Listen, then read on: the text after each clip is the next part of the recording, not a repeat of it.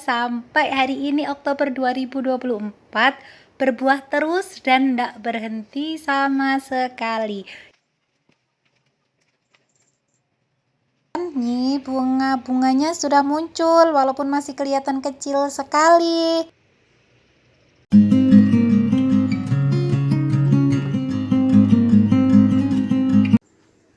Assalamualaikum semua, selamat datang kembali di El Harista.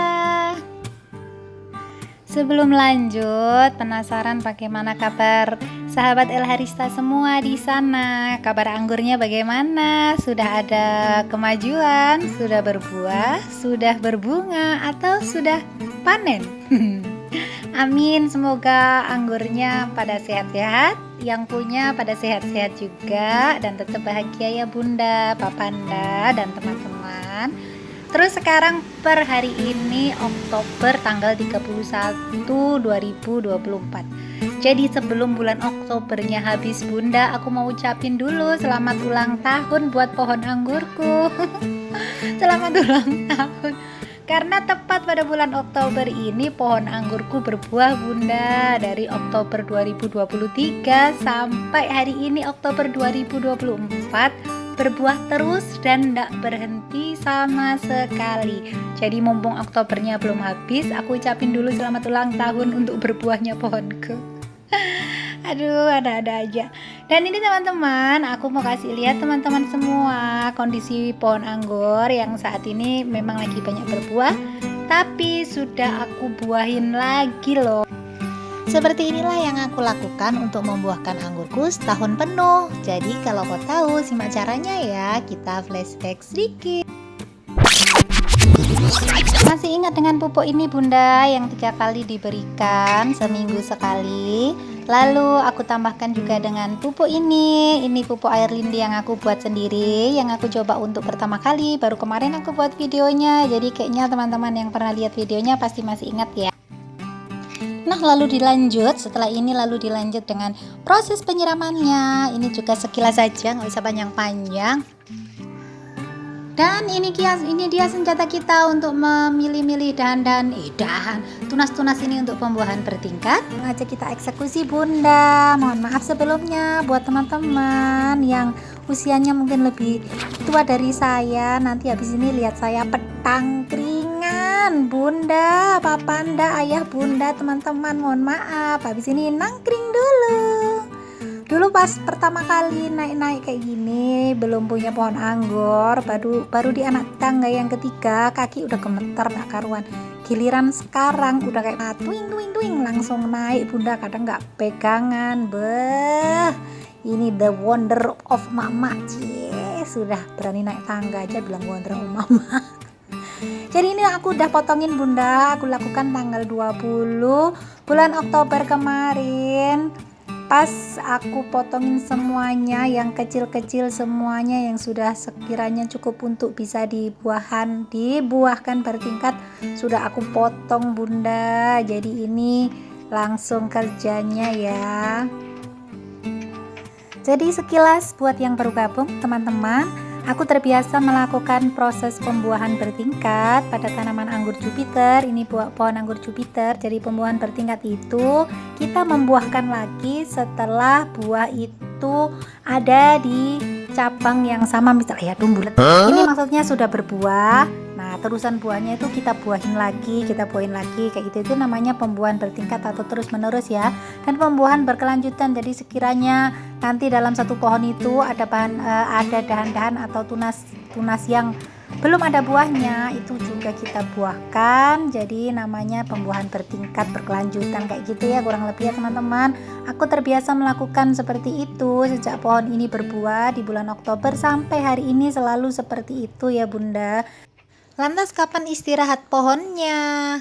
Nggak pakai istirahat Bun. Jadi cara saya mengistirahatkannya dengan semi pruning. Nanti yang belum lihat cari video saya semi pruning. Hanya itu saja cara meregenerasi sekalian mengistirahatkan. Sebenarnya nggak istirahat juga, karena saat tunas baru setelah semi pruning itu tumbuh, mereka juga bawa buah. Untuk cara pemupukannya nanti lihat linknya di deskripsi box ya.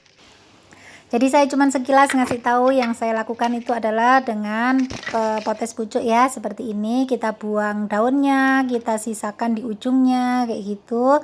Jadi bisa 1 ruas atau 2 ruas. Nanti di ujung ini yang akan pecah. Kalau pupuknya mencukupi maka dia akan pecah sambil membawa bunga. Ini ada buahnya, lalu di ujungnya sudah kita buahin lagi. Itu namanya pembuahan bertingkat ya teman-teman. Seperti biasa, tuh buah-buahnya sudah ada dan belum matang sempurna. Ini baru perubahan warna atau variation, tapi sudah aku potes. Dan ini adalah sisa-sisa potesan daunnya. Sambil manusianya ngicip yang hasil tadi. Ada yang kepotong, tuh resikonya ada yang kepotong. Dimakan saja. Lalu sampah daunnya kayak gini nih teman-teman, banyak sekali. Bukan kena badai, bukan kena apa, ini adalah daun-daun yang sudah dipotong karena tadi dipotes pucuk. Dadah. Sedikit menjelaskan biar tidak tersesat di pembukaan saya. Jadi untuk flashbacknya saya belum bisa memberikan flashback langsung yang sekian banyaknya. Nanti teman-teman bisa lihat di video-video saya sebelumnya. Ini hanya saya kasih contoh cuplikan sedikit kurang lebih seperti ini yang saya lakukan dalam 1 tahun penuh untuk membuahkan anggur saya. Begitu ya teman-teman, saya cuplik lagi untuk video yang terakhir. Seperti inilah yang saya lakukan. Lah terus ini lagi ngapain bun? Gitu kan. Yang belum pernah memanfaatkan daun itu untuk pupuk kompos. Nah, di sini dimanfaatin ya. Jadi pohon-pohon ini nanti akan mendapatkan nutrisi dari daun-daun yang dari daun pohon itu sendiri bunda, yang sudah kita jadikan pupuk kompos. Nanti kita kumpulin dulu, lalu disediakan tempat untuk pengomposan. Bisa pakai apa aja, yang penting dia jadi kompos bunda. Jadi tidak terbuang sia-sia nutrisinya dari anggur, kita kembalikan lagi ke anggur. Bahkan nanti kalau jadi komposnya banyak, itu kita bisa taruh di tanaman sayur kita yang lain. Nah ini kan sudah kena pupuk bun, kemarin pas sebelum dipotong kan sudah kita kasih pupuk tuh kayak nutrisi kan. Nanti pas kita sudah jadi pas nanti sudah jadi kompos, kita taruhin lagi ke anggur kita. Nah nutrisinya muter deh gitu ya bunda. Kalau waktunya agak banyak, nggak ada kerjaan yang lain, biasanya saya potong-potong. Berhubung ini kerjaannya masih banyak, belum nyuci, belum masak, udah rawat anggur dulu. Jadi hari ini daun anggurnya langsung aku tumpahin aja di bak komposter kayak gini punya saya. Ini bekas bak yang nggak dipakai yang ada di samping rumah. Terus akhirnya ini kita kumpulin aja jadi satu. Nanti sekitar 2 bulan, kadang ya tergantung cuaca ya. Kalau kadang terlalu lembab gitu agak cepat. Jadi nanti biar dia enggak terlalu lama, ini saya mau kasih ini adalah air cucian beras yang sudah saya rendam semalam kalau enggak salah bunda. Daripada kebuang itu selalu saya taruh di tempat kayak gitu ya. Nanti mau dituangkan di atas dari daun-daun tadi biar dia lebih cepat untuk pembusukannya. Halo Oni, Oni, kucing tetangga yang ganteng. Balik lagi ke dalam rumah bunda, papanda, teman-teman. Aku mau kasih lihat teman-teman dari dalam ini ya. Dek, pulang dek. Wajahnya enggak kelihatan si gendukku ini. Nah, terus akhirnya jadinya kayak gini yang sudah dipotongin tadi bunda. Dan haus rek, minum dulu, capek dari tadi ya Allah panas. Minum dulu nggih bun, pamit sebentar, nanti habis ini lanjut. Nah teman-teman sambil minum dulu pamit dulu ya, nanti aku kasih lihat hasilnya. Dadah, kasih lihat hasilnya saat dia sudah sprout ya. Dadah.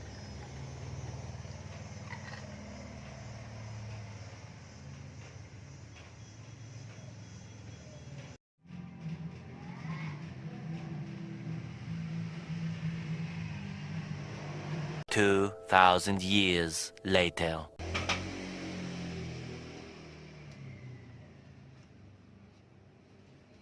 Oke teman-teman, ketemu lagi hari ini 9 hari sejak pemangkasan kemarin. Dan nih bunga-bunganya sudah muncul walaupun masih kelihatan kecil sekali. Tuh teman-teman, tidak begitu nampak jelas, ada yang sudah tampak tapi ada yang masih banyak yang belum tampak.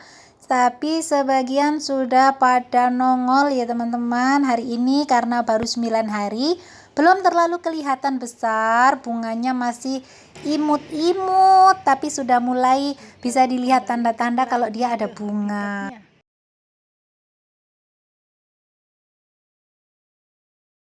Sementara di tempat yang sisi sebelah sini pindah tempat, jadi dalam satu pohon itu harus dicek semua mana-mana yang kita potong kemarin ya bun. Ini masih belum terlalu besar, ini lebih kecil dari yang tadi walaupun kita memangkasnya bersamaan, tapi karena ukuran bat itu berbeda jadi sproutnya juga berbeda. Semakin ke ujung semakin cepat sprout, semakin ke pangkal semakin lama sprout.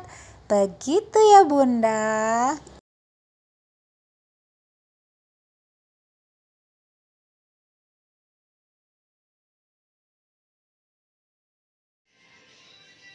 Lantas apa yang boleh dan yang nggak boleh dilakukan saat kondisi bunga kayak gini sudah muncul sementara buah-buahnya yang tadi sudah mulai berubah warna.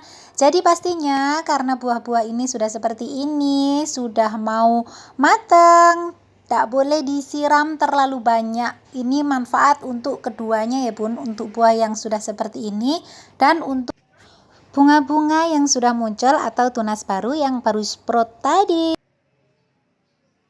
Jadi kita nalar sedikit ya teman-teman, untuk posisi buah yang sudah kayak gini, lihat perubahan buahnya sudah mulai rata. Jadi teman-teman jangan siram terlalu banyak kalau enggak mau buah ini crack. Nanti kalau terlalu banyak disiram karena dia sudah berubah warna maka dia akan lebih mudah untuk pecah beri. Sementara untuk yang baru sprout tidak boleh disiram, tidak boleh disiram terlalu banyak. Nanti ditakutkan tunas-tunas baru yang muncul akan terserang oleh hama trip dikarenakan posisi media tanam yang terlalu basah. Untuk menghindari itu, yang paling mudah dilakukan yaitu dengan mengurangi penyiraman sampai semua bunga sprout sempurna. Jadi dalam satu pohon itu semua sudah pecah tunas ya Bu. Jika teman-teman punya insektisida, teman-teman bisa berikan, mengingat kondisi saat tanaman baru sprout seperti ini sangat mengundang sekali untuk datangnya hama seperti belalang, ulat, kupu-kupu. Jadi teman-teman bisa berikan ya. Sementara saya kan tidak pernah mengaplikasikan, jadi saya hanya mengantisipasinya dengan sering-sering memantau tanaman itu apakah ada hama atau tidak untuk melindungi tunas baru dan juga calon bunga agar tidak dimakan. Oke teman-teman, kurang lebih seperti itulah yang saya lakukan setahun penuh untuk membuahkan pohon anggur ini tanpa henti.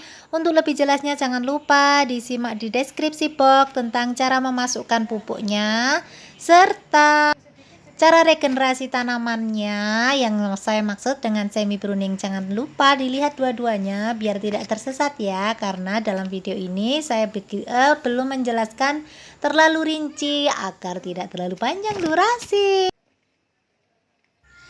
Terakhir, jangan lupa subscribe, like, komen positif, dan share videonya jika bermanfaat. Jangan lupa aktifkan loncengnya. Mohon maaf jika ada salah-salah kata.